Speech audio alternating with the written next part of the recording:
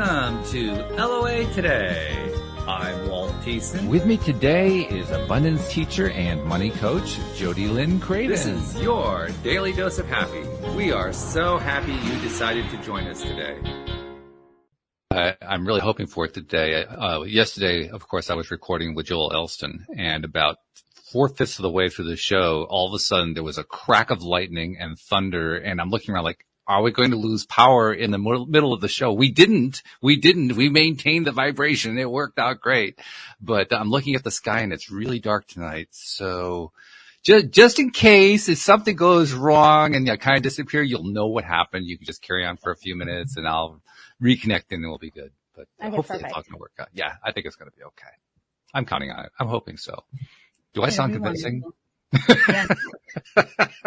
We'll prop you up where you're not convinced. Oh, okay, good. All right, that's good. I like that. And we do have a guest joining us today. Her name is Adjanys Marrero. She is an expert in metaphysics and marketing photography. Now, I saw that and I said to myself, that's an interesting mix. There's a whole conversation in there just from the title alone, right? There's got to be something going on there. But Janice, first of all, welcome to the program, connecting from Los Angeles. I mean, beautiful Los Angeles. How bad can that be? How are you doing today? I'm doing great. No rain, no lightning, just perfect. I actually closed my shade a little bit because it's so sunny. It's blinding her. It's blinding. Rainbow on your face. Oh, there is. I have a little crystal on the window and it catches me. So we'll play with it. We'll pretend it's an angel. Perfect. That's beautiful. Thank you so much for having me, guys. Glad to have you here. Give us a little bit of the background of how you ended up. This is like one of the most remarkably unusual self-titles I've ever seen. Metaphysics and marketing photography. How did you get from A to B? Well, the photography came first. I was 12 years old when I was an artist. So I was like drawing and painting. And so my mom put me up on some summer program. And I was 12 years old and I learned to handle a camera in the film days. Ah, yes. Yeah, fun times in the dark room, trying to open it like blind. And you're like, I am an actress. I can pretend I'm blind. So I learned to do that when I was very young and it was just for fun. But coincidentally, that made me the photographer of the family for the rest of my life. And so I never thought it was going to be a career. I wanted to be in fashion design and wanted to be an artist. And so life, that wasn't always work out perfectly. And instead I joined the military. Okay. The opposite of a photographer, the opposite of an artist. Yeah. It was my search for college money. I was like, I'm going to go to school. And that was my way. And I, to this day, still, even in the temperature of the culture, I still encourage service to the country. It's not the most comfortable experience, but it taught me that sometimes it takes a lot of work to be a soldier. I went in a wimpy little girl and in 7 weeks, I was a soldier that knew how to shoot. I was strong. I could run. Mm-hmm. So, I think that in conversations that I've been recently, everything's about like ease and flow. And I'm going to tell you something. I've gotten the best lessons out of life. Really challenging opportunities. The military boot camp, it is not easy.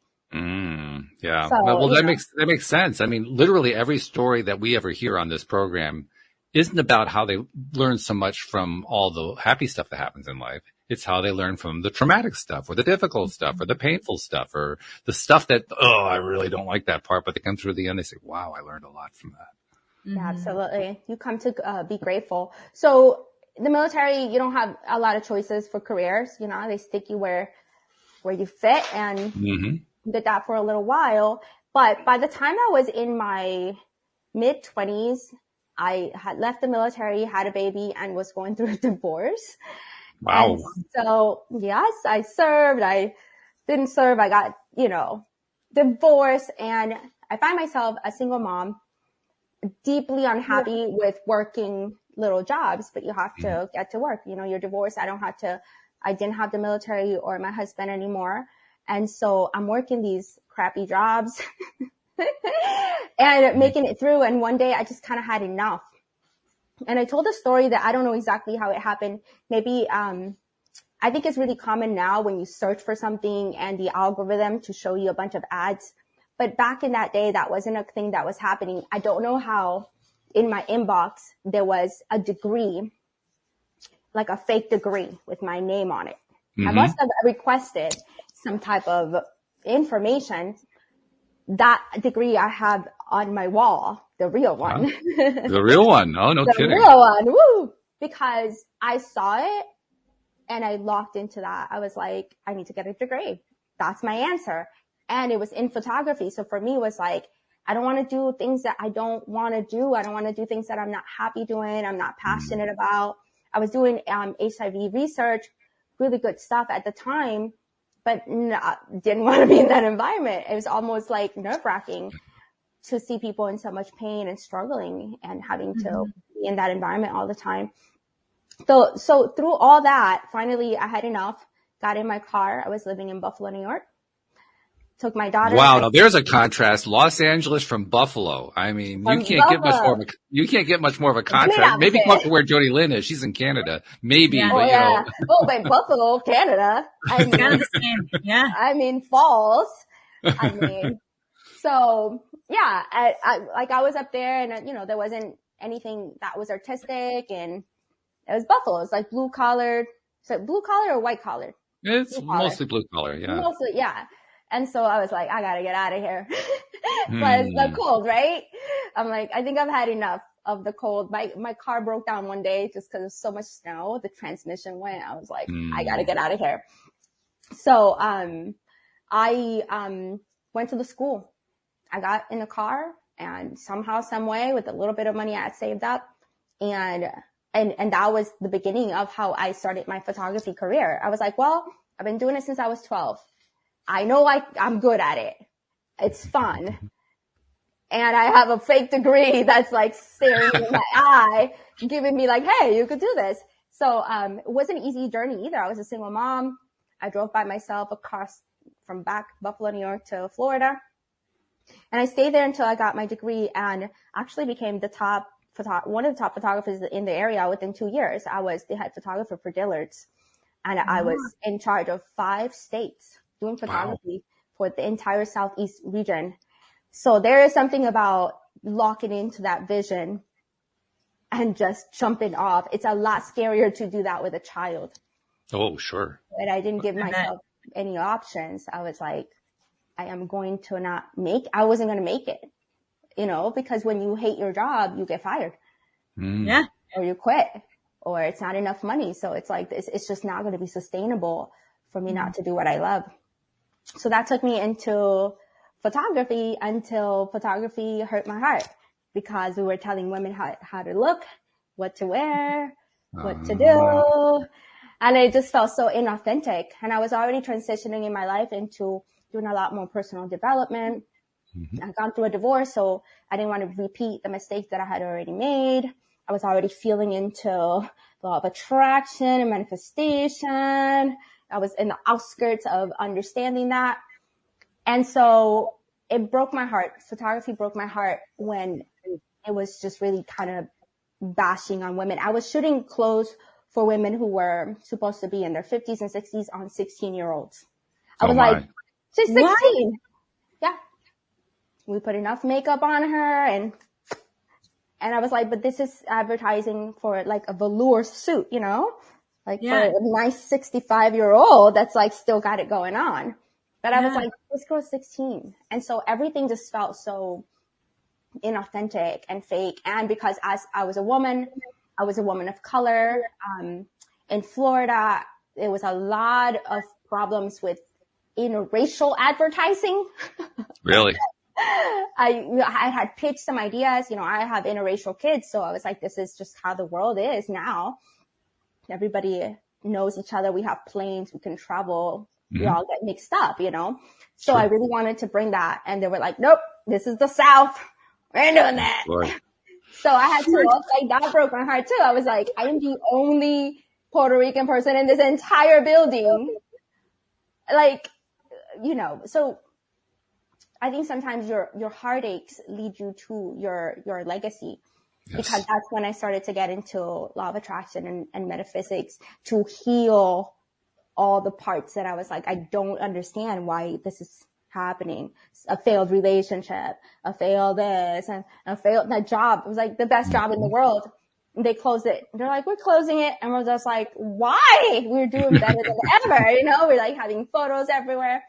So sometimes you gotta, just start to look at yourself and see what is it that you got going on inside that's not making the outside work out so well. Yeah, I know that story real well personally because I went through a similar story myself. I love the fact that you latched onto your passion early and you hung on to that through thick and thin, really. I mean, yes, you were just describing how it kind of turned against you, but I don't think the passion ever went away. What happened is that the way it got used was kind of corrupted from your viewpoint, so you didn't really want to go that way anymore. But the passion was still there. I love that you followed that because so many people today, young people, they first thing they're looking for, and I remember I did the same thing.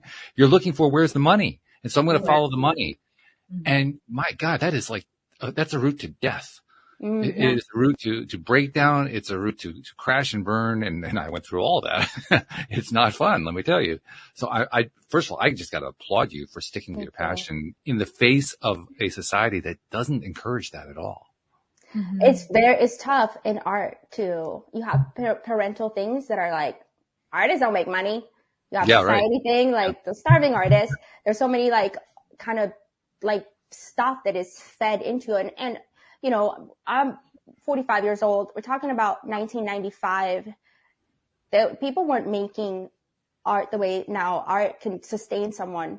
That wasn't a popular thing for you to just be an artist and live off of that. And so my mom's encouragement was like, be an art teacher. I was like, and then I'll kill myself.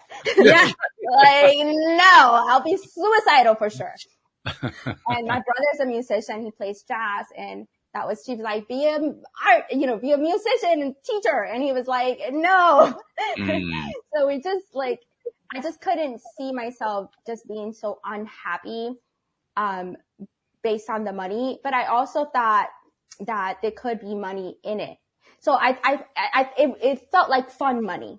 I was like, I get paid and it's fun to do versus as a teacher, I'll get paid. That's it. I would not find that very much fun because I wouldn't even know how to connect. It's just not in me to be around a bunch of little children and trying to get them. And if I had to, I would be teaching them how to draw. It would still be art. So I think you're right. You can't get away from your passion, even when there's so many conflicting messages. And I can't tell you why I had that drive. I think that sometimes we think we know, but I think it's, if I can start just getting as woo as possible, I think it is the divine. I think the divine is we're always, no matter how messed up we are, there is something that is pulling us towards something better. If we didn't have that, I feel like we would never be able to get out of patterns. You call that grace in church. I was a church girl, right? Like, because of grace, because of this thing that is like, no matter how crazy life gets, we get to like fall in a better place. Even when we're falling, we're constantly like, I think the Bible says from glory to glory. Can I get too metaphysical in the house? I don't think it's really impossible to get too metaphysical here. Okay, good. Perfect. And woo was invented on episode 3, so I think you're good. There you go. I was thinking like, cause I've been on some other interviews, but it's been about like careers, entrepreneurship. And then I was like, love attraction. I was like, this is the one I know. I'm going to be as weird as I want to be. So, yeah, it's normal for us. Say again? It's normal for us. We welcome it. Okay, yes. That's perfect. And you guys don't even look surprised at all. You're like, we see this all the time. You so fit into us. You fit here. So there is no rabbit hole too deep here. There is none. There's no rabbit hole. There is no place too far out. There is no vibration that's too weird. I mean, look at your background. Yeah, right. You're in the middle of the space. Well, the reason I have that background is every time I see myself in the monitor, I'm seeing outer space behind me, and it's my way of reminding myself that the universe has my back. Oh. I'm gonna have to take a note on that. That is so good. That's like that secret where they tell you to put millionaire in your password. So you're always typing it in, except now Google saves all my passwords. And I'm like, I don't know what I was talking about. So in my healing journey, I find myself that I just, still even though I love photography, there was something that was always going wrong. I find myself what I call the roller coaster, where I was like, okay, so I had this massive, incredible success much quicker than I even thought, and then crash and burn for a while.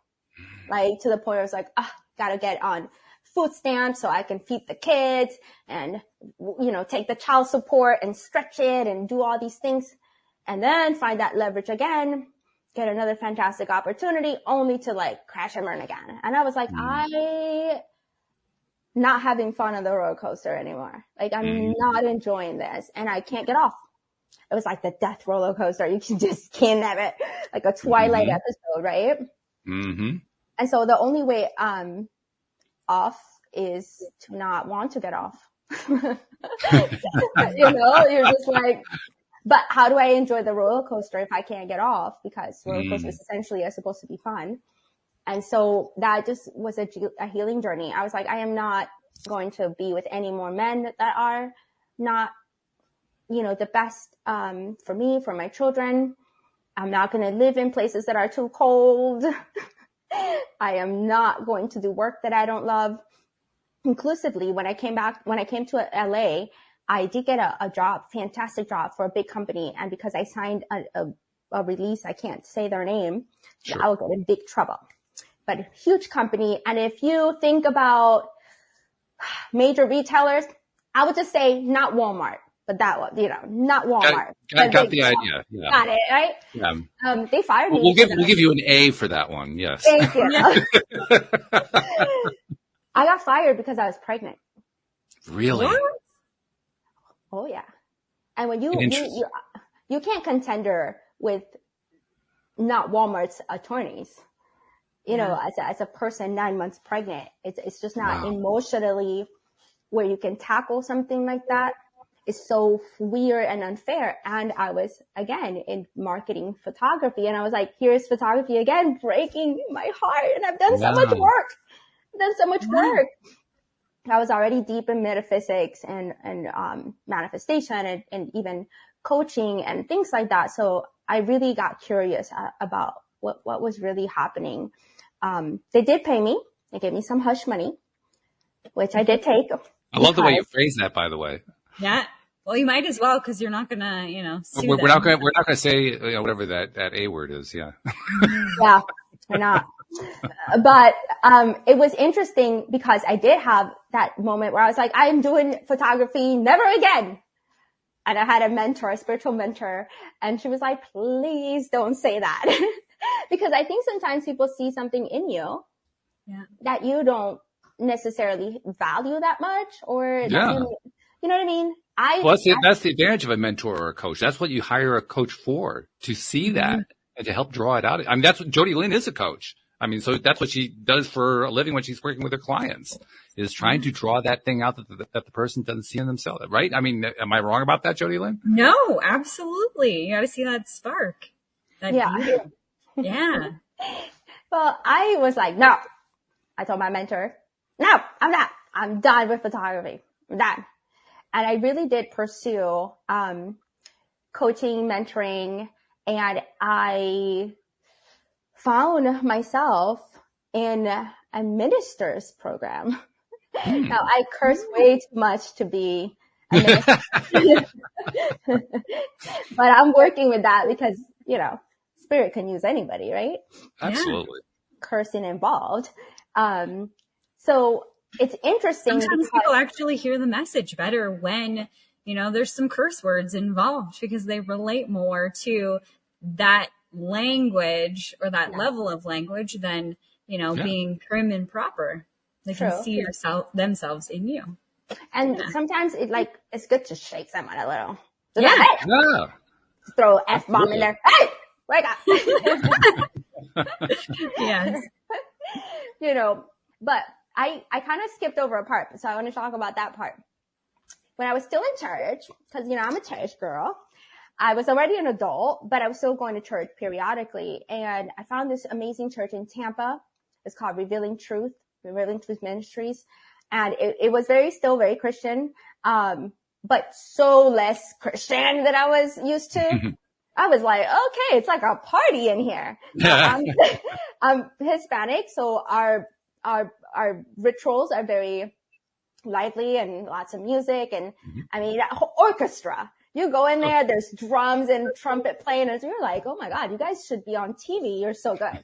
But because you're Christian, you can't, because you can't do things of the world, right? So there was always that disconnect of talent, but it couldn't be used outside of church because then, you know, it wasn't for the divine so into my adult life, I was being a good Christian woman and I was praying to God and I was in bed. I remember it till like this day.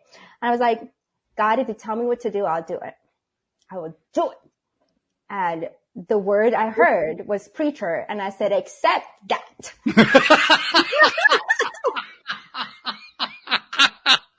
And I moved on with my life. I was like, ooh, I didn't think you were going to say that. So I did not like that. I did not pursue it. I was like, no way in hell. I came from Pentecostal religion, right? It's like Christianity on steroids. Oh, you yeah, I know. You can't do nothing. Can't listen to music. I was lucky that I could listen to oldies. So I know all the oldies out there because that was safe. That wasn't bad music. And I love me some oldies. I was like, all right, that's not bad. I like them. I was like, I'm jamming to, let me see if I think some of my favorites. They'll come to me. But, I just rejected it. I was like, that is not it. And I moved on. I literally never talked to God about it again. I didn't say like, you know, I didn't promise anything in exchange. So I was like, all right, at least I didn't say, hey, I'll do it. And then if you can do this. And I just said, oh, no, that's not it. So I continued with my life. Things didn't always work out. The roller coaster's going.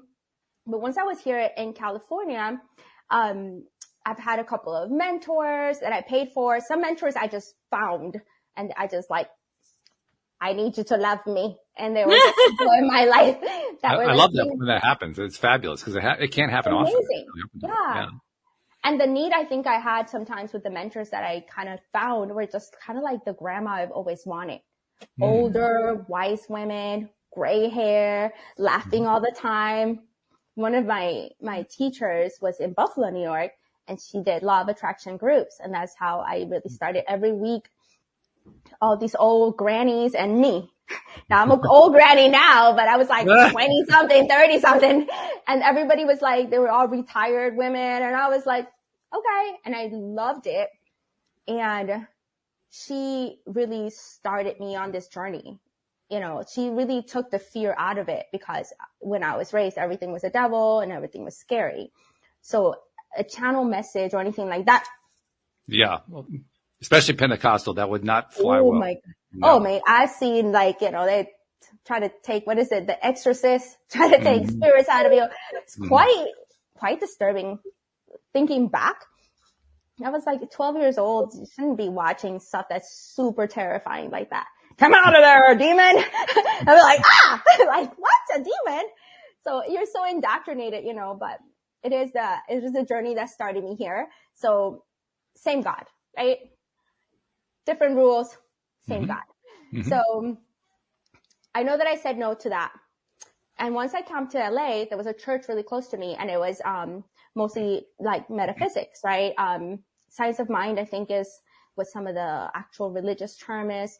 Really close to my house, conveniently, because it was close. I was like, yay, it's church, but it's not crazy like how I grew up. That's where I found my second mentor. And she was a pastor and she was in the process of having her own church. And she made me a Sunday school teacher. I was like, I curse too much to be a Sunday school teacher. Look at my hands. You know? It's obvious. Your story is that you're drawn in. Your spirit basically draws you in a little bit at a time, just a little bit closer, a little bit closer, a little bit closer. Because I was saying no. Yeah. I was saying no. So it couldn't just like, or maybe that's the reason I was on that roller coaster, because it was like the only way that I would get back on track to doing more spiritual work. Oh, sure. You know, Yeah. nonetheless, that I was a Sunday school teacher for her little church, and I loved it. I was working with a couple of little kids. I had my own little kids in there. I bought scissors and colorings, and we sang songs. Amazing. Until she tells me that one day she would love for me to have her church. Yeah. You can almost see that one coming, right, Jody Lynn? I mean, yeah. And I was like, no. And I just ran away. I was like, that is not what's going to happen. Now, I didn't put two and two together. These are the many times that this kind of little calling was on me. And I was like, oh, no, I'm about to be no minister. Are you crazy? So I was like, no. And so I unconsciously started to detach myself from helping out. And I was like, I got too busy. You know, you get too busy. And I was like, no, this is not what I'm going to do. Years later, I worked with someone called Michelle Barr, and she's a coach. And she was like one of my first coaches, if not the very first one, but around there. Mm-hmm. And she's phenomenal. She introduced me to a lot of things.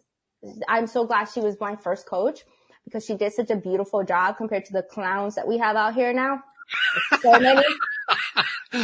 You know what? She doesn't have any strong opinions about these people, does she? Oh my gosh. I was like, please God, I can't be a preacher. I can't. I curse too much. But she introduced me to some certain works and certain stuff. And I was so grateful that I met her. And one day I saw that her title was doctor. And I was like, oh, I didn't know Michelle was a doctor. And I investigate, just like every creepy person online. How does she get this doctor? And I recognized that she had, I don't know if it's from the same place, but this is how spirit works. It just leads you. She had a degree in metaphysics. And I was hooked, because metaphysics is philosophy. And I don't know if you could tell, I am a talker and I am a thinker. And that is my favorite place to be. We actually do have one very good clue, because I asked you a question 27 minutes ago and you're still telling the story. So that was kind of the clue that you are. I'm like, oh my God, somebody give her a mic. Somebody, please. Is that a bottle of wine? No, it's water. Oh. I was like, okay, my kind of party. Thank you, Spirit. Bring on the alcohol. We'll pretend it's fine. I was like, okay. For next podcast, metaphysics, water, I just I'll have water. A huge, and then I thought it was a bottle of wine. And I was like, wow, she doesn't even have a glass. I'm hardcore.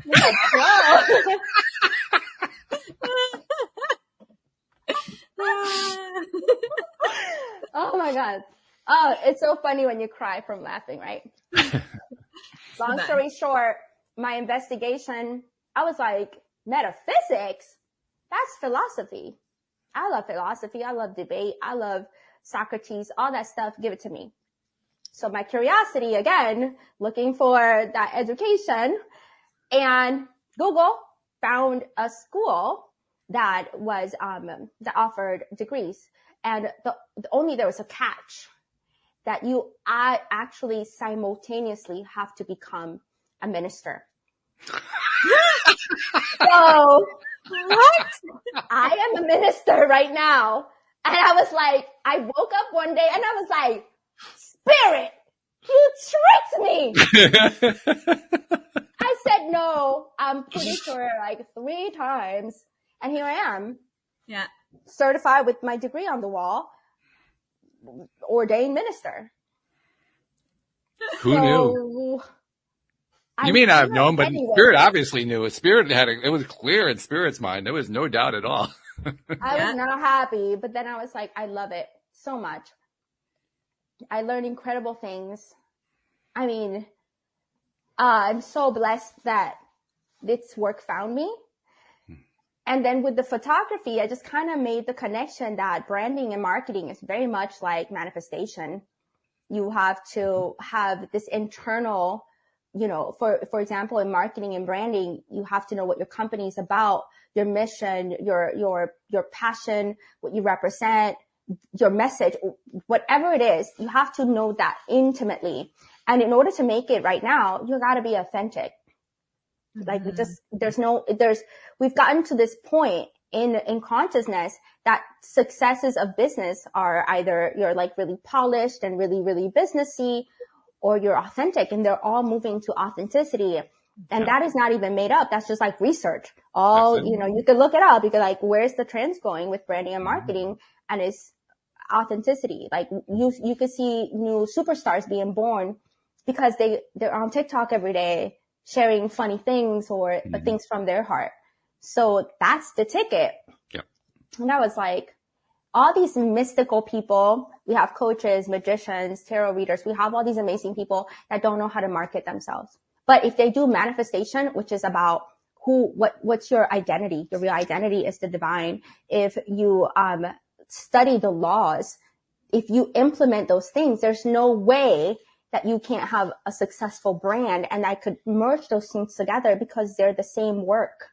Mm-hmm. Without an authentic brand, you're probably not going to have success. You're not going to be happy. You're going to burn out. And I tell people, you're not burned out because you're working too much. You're in the wrong line. You're in the wrong work.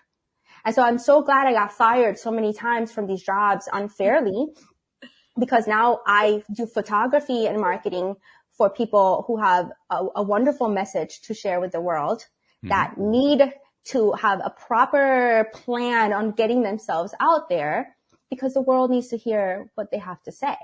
Because what they have to say is not buy this mascara so men could look at you. Like, men are going to look at you no matter what you got going on. They can't even help themselves.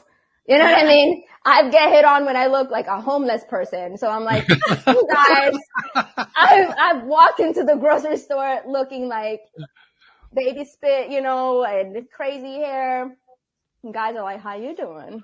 And I'm like, I guess I'm wonderful, because you're hitting on me and I feel like crap, right? You know, your kids are sick and running around.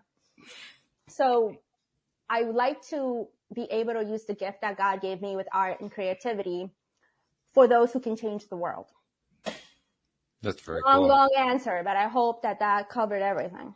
I think you pretty much covered everything that you could possibly cover. I mean, that's what happens when you take a half an hour. It's great. I love it. Oh my goodness. It was a good story. One question? It is. It's a good story. Yeah. Yeah. Really good. I mean, Jody Lynn, I was actually watching your face on like the last half of that story. And first of all, whenever I see that look, I know that there's like questions going on. So I'm sure you're going to chime in with questions. But the other thing that occurred to me was every time that I see you with that look where you're doing the nod and the smile, I can just see you like you're latching on to her story. It's like, yes, yes, yes, yes, yes, yes, yes. Yeah. I felt like I could tell where you were going when, you know, you asked God what to do and he said, you know, preacher, and you're like, no.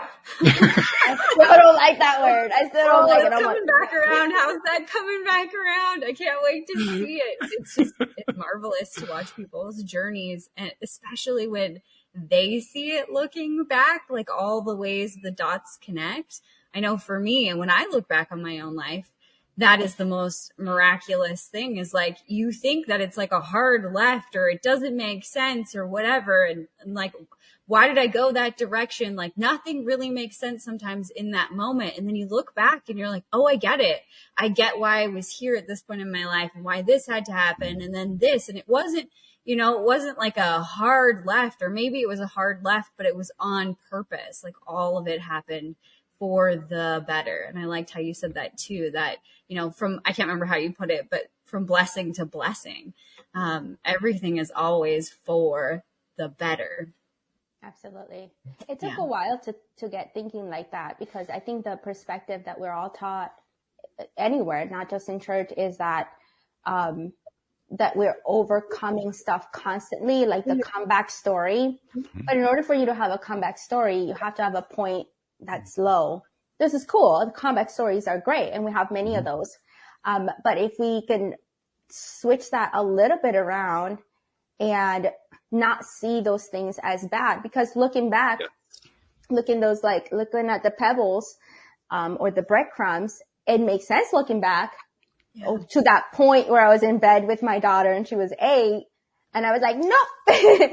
And then all the ways, the winding road, like where it went and all the things that I had to pick up along the way. I had to be discriminated against. I had to be, essentially fired for being a woman and deciding to have a family with a man that I love. Like, how insane is that? This is America, right?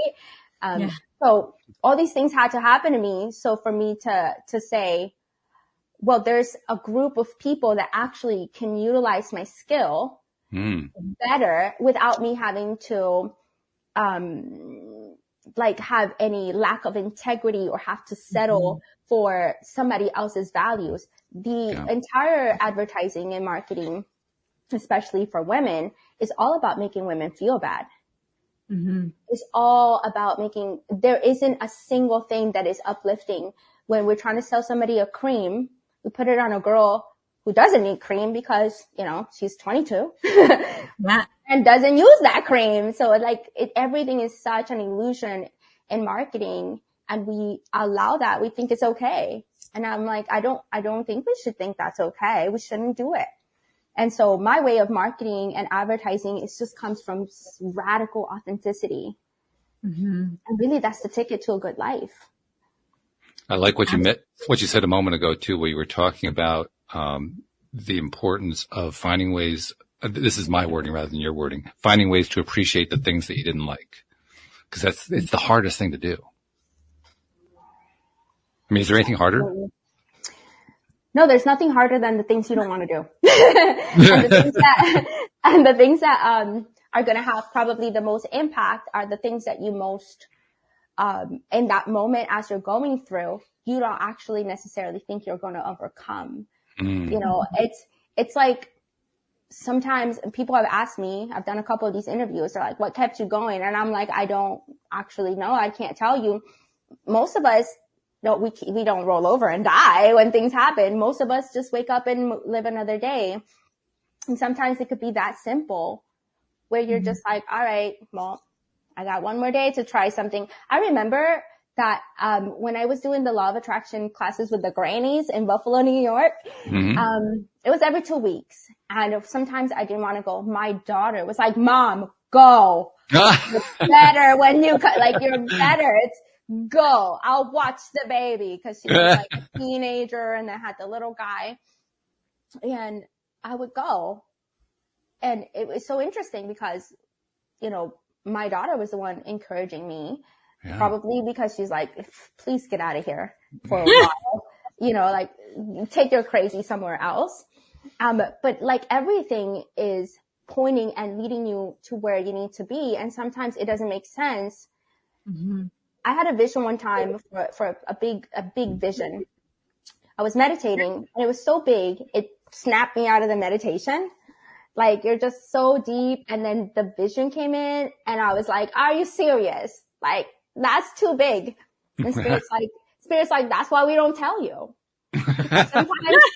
Sometimes it's so big that with your little peanut understanding in that moment, you haven't acquired all the knowledge, the skills, the experience. So when you get the vision too far from the future to currently, like right here, right now, the little part of you that doesn't know how it's going to happen starts to freak out and starts to try to, how is it going to happen? And so Spirit's like, yeah, we'll see. You want to know. And then you say no. And then, you want to know. And then we tell you and it's too big. So sometimes it's going to have to be okay with you not knowing, and allowing the mystery to always be something positive. Allowing the mystery of it, I remember one time about, I'd say probably just around the time I started this podcast. I started this 11 years ago. I think it was in the first couple of years. I was, in a place where I was really bad off financially. Things had been rough for a number of years. That was one of the reasons why I had started the podcast, actually, because I needed to get some experts on to teach me how to improve things. But anyway, I was trying to figure out, what are some alternative career paths I can follow? And I had been exploring that for a number of years and a lot of different things I was trying out. One thing that I kind of played with for a short period of time, and you just reminded me of it. I thought about creating a comic strip. And I have no idea how I was going to actually turn that into something that would go anywhere, but I just had this idea of a comic strip. And the only thing that stopped me is I'm absolutely horrible at drawing, so it would take me a year just to learn how to do the drawing. But the idea of the comic strip was, I don't remember what name I had. I had a name for this character, but it was a character who lives in spirit. And this character's role is to help a human. And the comic strip is about all the trials and tribulations of the spirit trying to get the human to do what the spirit wants the human to do and getting frustrated every step along the way. I Sounds like it. our higher selves every day. Yeah. You're like, oh, it's a movie about my life. What? About everybody's life. So what happened? What did you do? Did you do something? I didn't do anything with it. I let it drop. I did nothing with it at all. I just thought of it because what you were talking about, I was kind of imagining it from the point of view of spirit and your spirit guide or whatever your references, who was saying, well, that's why we didn't show it to you in the first place. You were going to ignore it. Exactly. No, exactly that. And as you're describing it, I saw it because as an artist, naturally our brains think in pictures anyways. But as an artist, like I have like that, double down on it. And so I already saw the cartoon and the little thing. And the way that I see it is kind of like non-gender. So it's like a little head and a little body, but it's just like a figure. Yeah. And then spirit pulling up from above. So, if you ever want to play with that, I know an artist that will help. I'm just saying. I was talking to a friend. I was talking to a girl one time and I was like, I talk a lot. And she goes, you know what? I wrote a book and I never did anything with it because I don't know any illustrators. I was like, yes, you do. Yeah. Like for the reason we were meeting, maybe that's the reason we met and we thought it was about a photo shoot or whatever. Mm-hmm.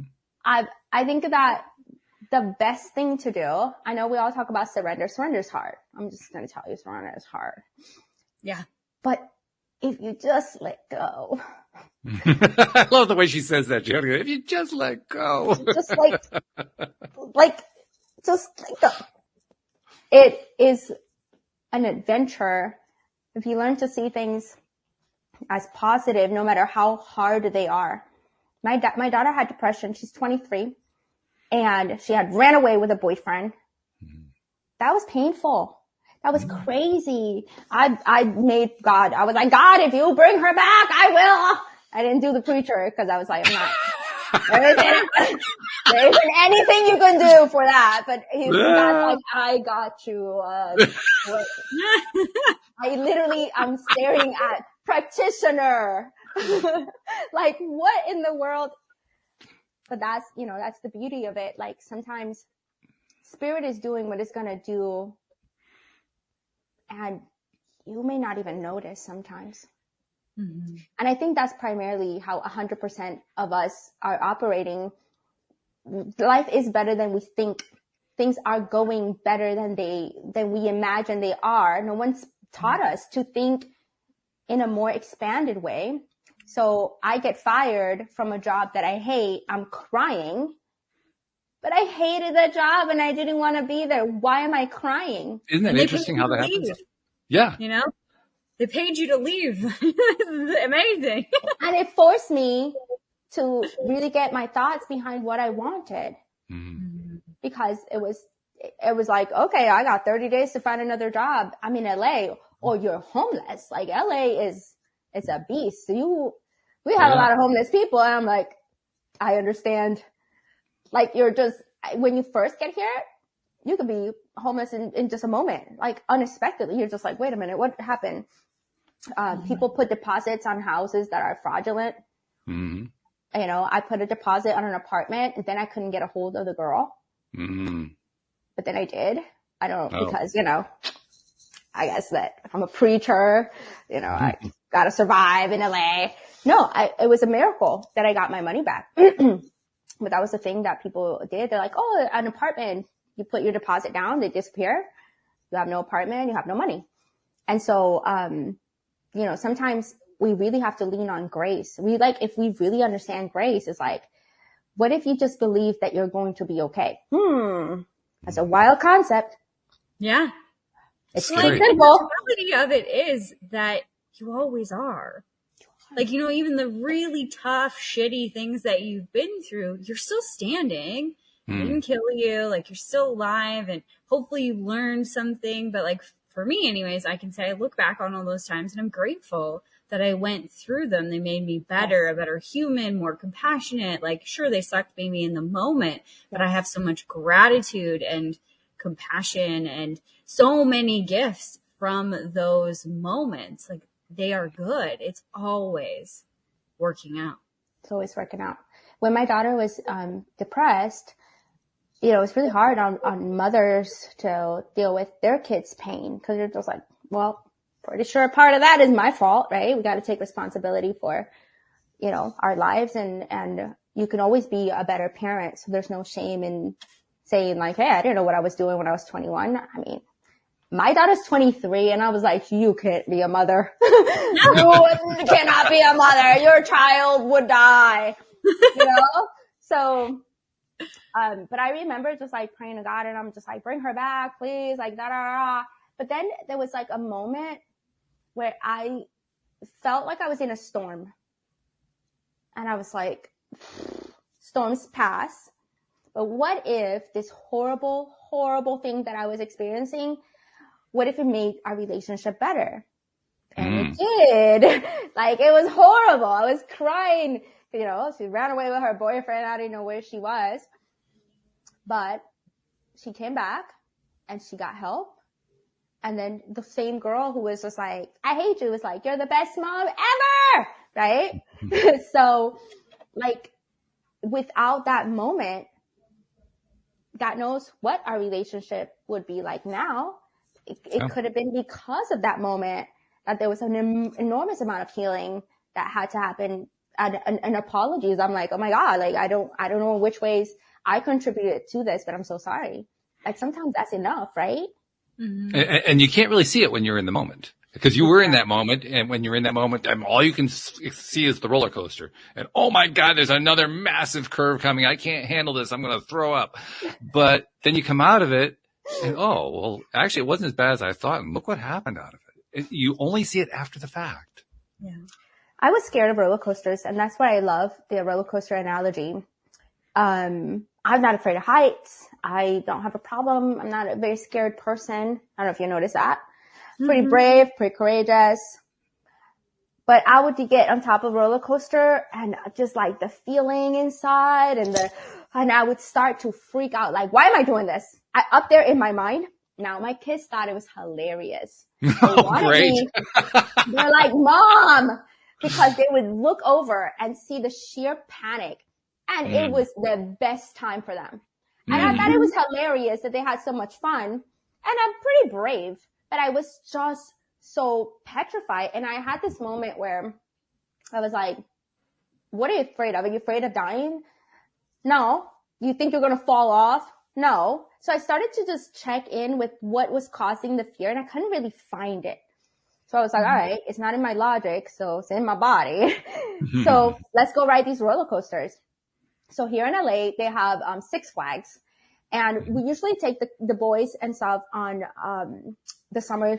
One of my boys comes here for the summer, so I have 3 kids. One is an adult.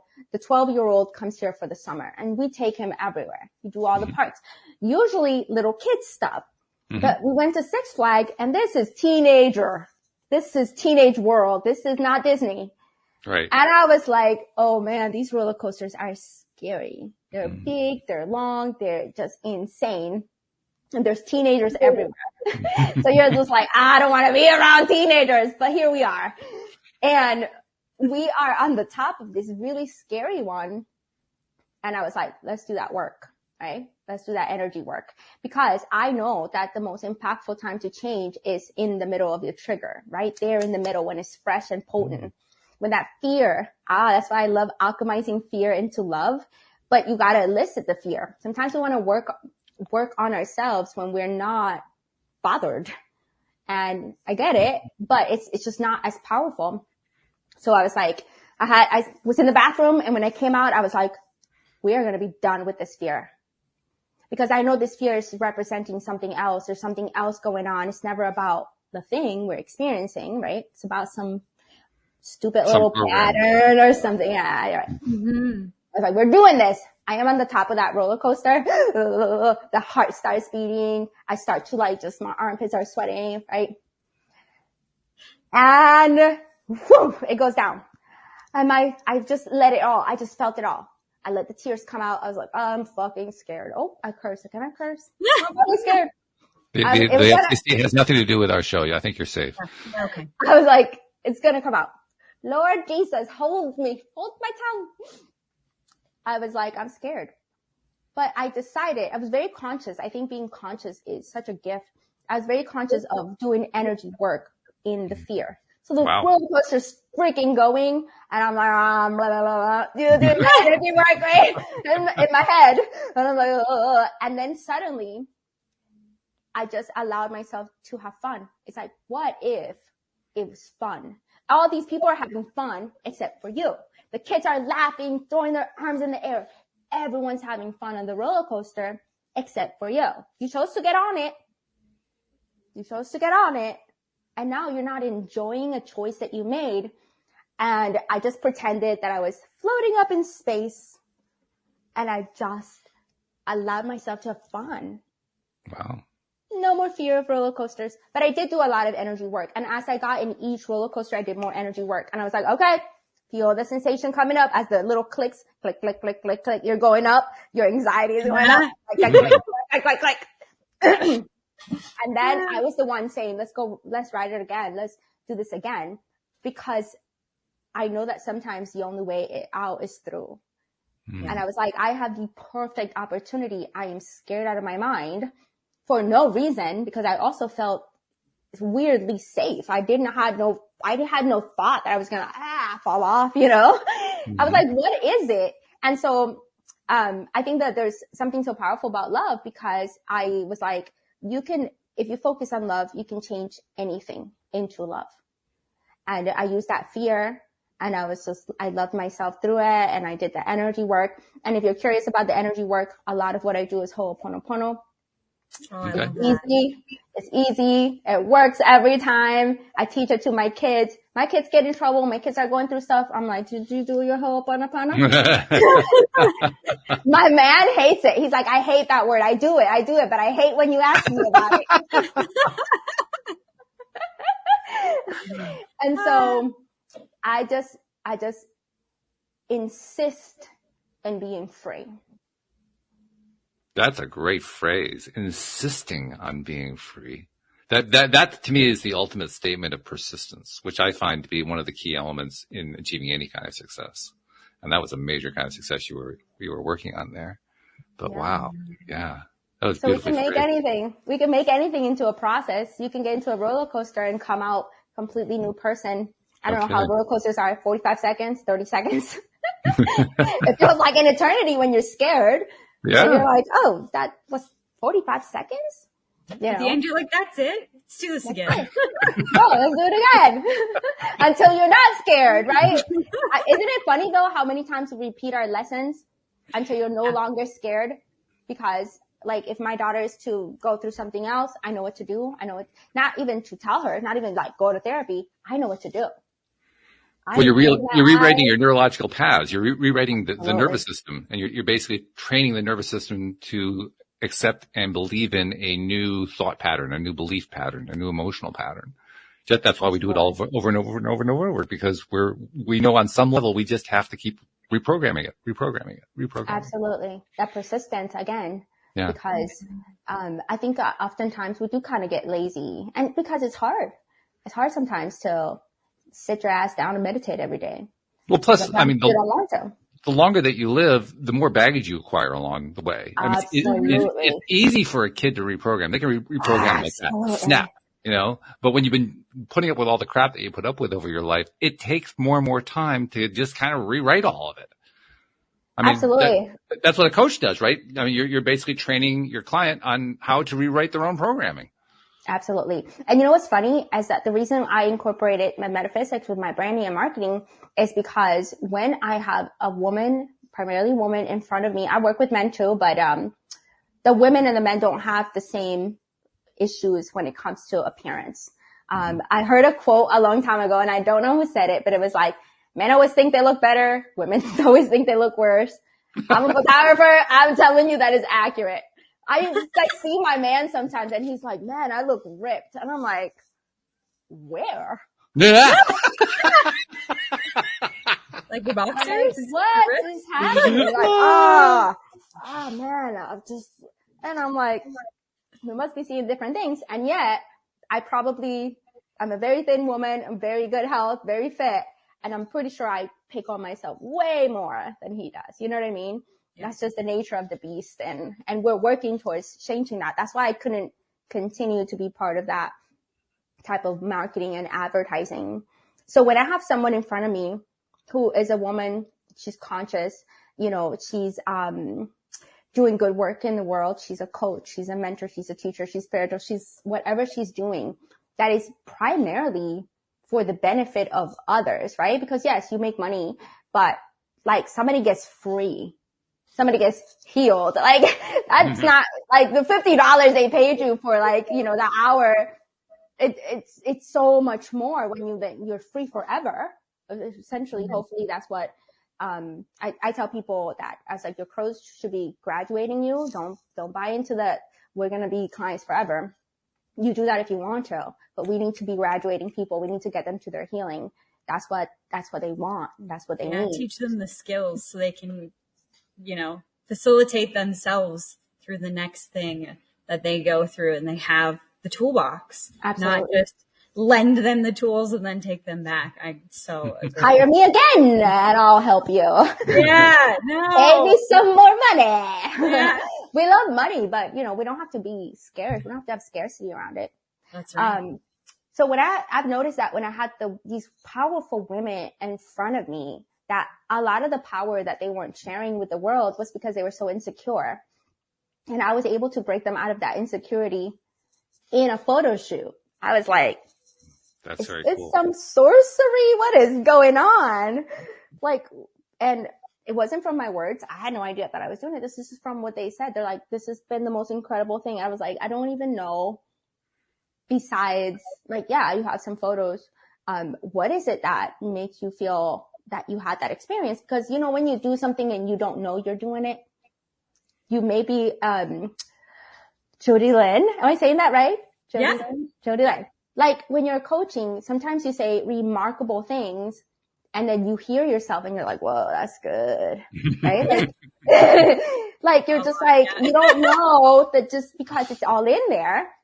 Yeah. And it just comes out when it's appropriate. So I'm like, I don't actually know what I'm doing that's making these people have these breakthroughs and cry. And I'll share one story. So I had this beautiful woman in front of me and she's like, but I feel, and I was like, are you kidding me? You're so freaking beautiful. You look like a superstar to me. So when I photograph people, I feel like I also show them what I see. And I tend to see more beauty than they tend to see in themselves. You guys probably see more beauty in me that I would probably see in myself. That's just how we're freaking wired. Why do we do that? It's not healthy, but we do it. So I was like, I would share what I would see with them. I was like, okay, here's where I see you. I see you on stages. Okay, close your eyes. So this isn't a photo shoot, right? I'm not being conscious. I just need her to be present. I need her to be attuned with her mission. So when we take a photograph, now I could get a little bit, witchy, right? Like you're coding your images, icons, they're symbols, and you're coding that with your energy, with your essence. So it's no little thing to have your photos done, at least from the way I look at it. Because if you feel insecure while you're having your photos taken, that is what's calibrated the photo. The photo has an energetic thing that is just saying, I'm insecure. It doesn't matter how beautiful the photo looks, how polished, how made up. If you're feeling insecurity, that's what's going to be manifesting through that presence. That's what's active. So I was like, I can't take a photo of someone with that energy. So I would have to break them out of that. So I would take them to the best case scenario, right? I work with coaches and mentors and all types of entrepreneurs and tarot card readers. And I was like, well, what's the dream? I want to be on stages. Not a problem. Then I would just create that for them. I would say, well, pretend you're on stage. Close your eyes. Don't worry about the camera. Close your eyes. Put your hand on your heart. Imagine all the women you're talking to. Just see them. And these women would just bawl their eyes out and I would take the photo. And I was like, oh, that's a good photo, you know? And they felt like they were in that moment. So that energy that was coming through was authentic. And when I take that photo, now that photo is calibrated with not their insecurity, because I didn't have them focus on themselves. I focused on the mission, what they're going to do, what is their purpose, and why is so much bigger. You need to be in the spotlight because you are like a lighthouse. You need to be seen. You need to be tall and strong and shine your light. And unless you're willing to put yourself in front of the spotlight, right? Literally in front of my camera, nobody's going to see this greatness. Nobody's going to get to see it. I got to see it. And if we put that in your images, wherever you put these images, everybody's going to get to see that. And it also reminds them when they feel so good, when they see those photos, they re-experience that positive emotion. So they're like, oh man, that photo shoot was so good. I felt so ready. I felt so aligned. I felt so ready for my next level. Many of them, after a photo shoot with me, have incredible success that may not be necessarily connected to their actions because they're doing the same things. That they calibrated into an expanded vision of themselves, and now they have proof. So I tell people, it's like, take your future version of yourself, how she looks, how she feels, how she sounds, what she's already done. We bring it here energetically, and I take a picture of that. And then you can do amazing things because it's calibrated for a bigger vision. It's something that is coming. So it's almost like a future memory. So you see, are you starting to see how I use the metaphysics and the photography and the branding? Does it make sense? Okay. Yeah, well, we had to go through the hour story in order to get there, but once we got there, it made total sense, right? It really does. It makes complete and total sense. Yeah. So back in the day, I think there was tribes that thought that if you had someone take your photo, they would steal your soul. There is some truth to that. It's in the form of energy. They're not stealing your soul, but you are putting your energy into everything you do, anything you create. So I was like, there's something to that. Let's put the right energy, right? Because at the very least, all you get is that moment where you felt like a star. At least that is enough, because I believe that's where it starts. It starts in that spark where you're just like, I just felt so freaking good that day. Yeah. And then you found a way to take somebody's passion and photograph it. That's really what you're doing. Am I? Yeah. I want to always photograph them in their highest possible version of themselves. Yeah. And I can't create that, but I can elicit it out. I can just be like, okay, what's your dream? Tell me more about it. So I had this one girl who was just so gorgeous. She's got pink hair. So if you go on my website, you'll see it. So gorgeous. And she was like, oh, I don't know. And then we started playing. She really wanted to attract a romantic partner. So I do what I do. I'm just like, all right, close your eyes. It's so fun for me. It's like storytelling. And I was like, imagine a woman coming up to you and saying these things, and blah, blah, blah. And so we just immerse into that. We celebrate, take the photos, done. 2 weeks later, she goes, I have to tell you something. And I was like, okay. Tells me a story. And basically everything that we did in the shoot happened, except it wasn't in a romantic sense. It was more of a friend. But the person came up to her and said, you're the most beautiful woman I've ever seen. I mean, literally almost verbatim to the fantasy that I was just like creating from her own desires. And I was like, imagine she comes up to you and she looks at you and she says, you're the most beautiful woman I've ever seen. And she was like, that totally happened. So even for me, it amazes me the power of your mind. I put that image in her mind from her desire.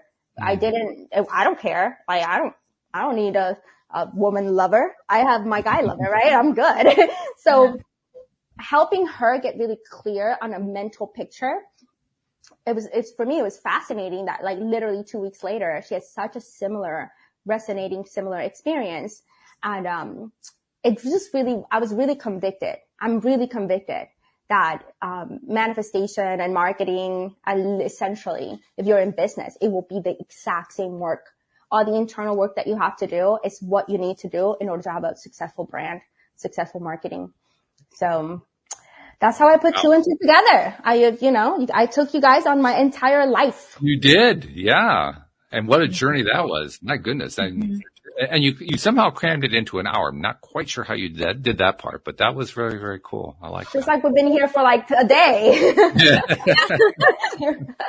You guys know everything about me. Yeah.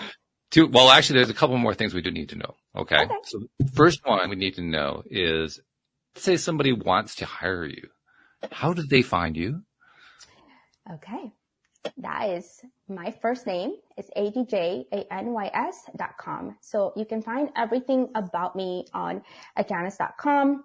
I had it so it was just for the photography, but with the amount of new interest that I've had, I'm going to make that into a hub where I can put all my news and updates in there, and then people can click on whatever they're interested.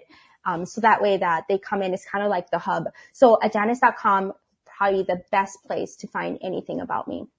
Okay. So, and we'll make sure that we include a link in the show notes so that people can find that very, very easily. Thank you. That's the first thing. Second, do you encourage people to contact you to talk to you and kind of pick your brain and learn about some of these things that you've developed you've actually developed it into a business practice, but do you encourage people to talk to you about that?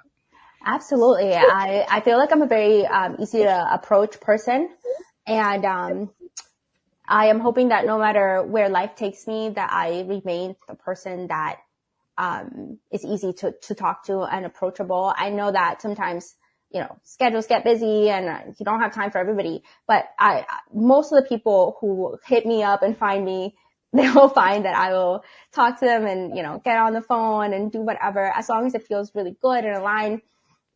Very open person. I think that the more that we can, somebody's knocking on my door. The more that we can, be truly connected versus like virtually connected, because we do have all these connections. Like I have thousands of friends and I don't know any of these people. So it really is fun when people introduce themselves and they're just like, hey, I saw something. I saw your content. I think that's my little guy. I saw your content and I really resonate with this. I talk a lot about going from like a Pentecostal church to being like into metaphysics and that transition. So I have a lot of people that send me the DM like, oh my God, me too. So Facebook at Adjanys Marrero, or my Facebook or my website will be the best possible options to find me. Well, since your little guy is trying to reach you there, we're going to cut it as close to short as we can. But there's one thing I need to tell you before we part company, which is this is a practice I've been doing now for the last year and a half, because I've noticed, because of all that content that we're putting out there, you're on these podcasts and you do the social media and you're writing stuff, you're putting it into your hub and so forth. And there are a lot of people who are consuming this stuff that you've never met, that you've never seen, or if you connected to them, you still don't know who they are. But they're getting this stuff from you and you're helping them and you don't even know about it. And that's the part that caught my attention. Like, oh my God, you're not even being recognized for that. None of us who do this stuff of reaching out and helping people are getting recognized. So I like to take the moment and say, on behalf of those people that you've never met and you've never seen, thank you for what you've been doing, because you're making a big difference in this world. Not fair. Not fair. Touched my heart. Thank you so much. I felt that. It struck me in the heart. Thank you so much. You're so welcome. We so much appreciate it. And then Jody Lynn, I always come to you at the end to find that one thing what's the one thread that you're going to grab today that tells us this is what summarizes it for me. Oh my goodness. Well, I'm going to try and keep it as short and sweet as possible, but it's beautiful to witness the standards that you've had in your life and the morals and the values that kept coming back to the table to lead you to the next thing, that authentic piece of you that kept going within to see like, this is right or this doesn't feel right, and listening to that from that space. And really where it led you was a place to bring that authenticity out in others. And what I wrote was, with your photos, there's this clarity of these people's authentic light that they're supposed to bring to the world. And now they can see it, maybe for the first time. And that is just so incredibly beautiful. So thank you for what you do. Thank you so much for having me. I had so much fun talking with you guys. Yeah. We loved it. So fun. This is so great. We wish you all the best, and man, just keep doing with the stuff you're doing, Janice, because it's very, very cool stuff. No Thank doubt. you so much. Been an honor to be here. I'll talk to you guys soon. And thank you to our podcast listeners everywhere. We'll see you all next time here on LOA Today. Goodbye, everybody.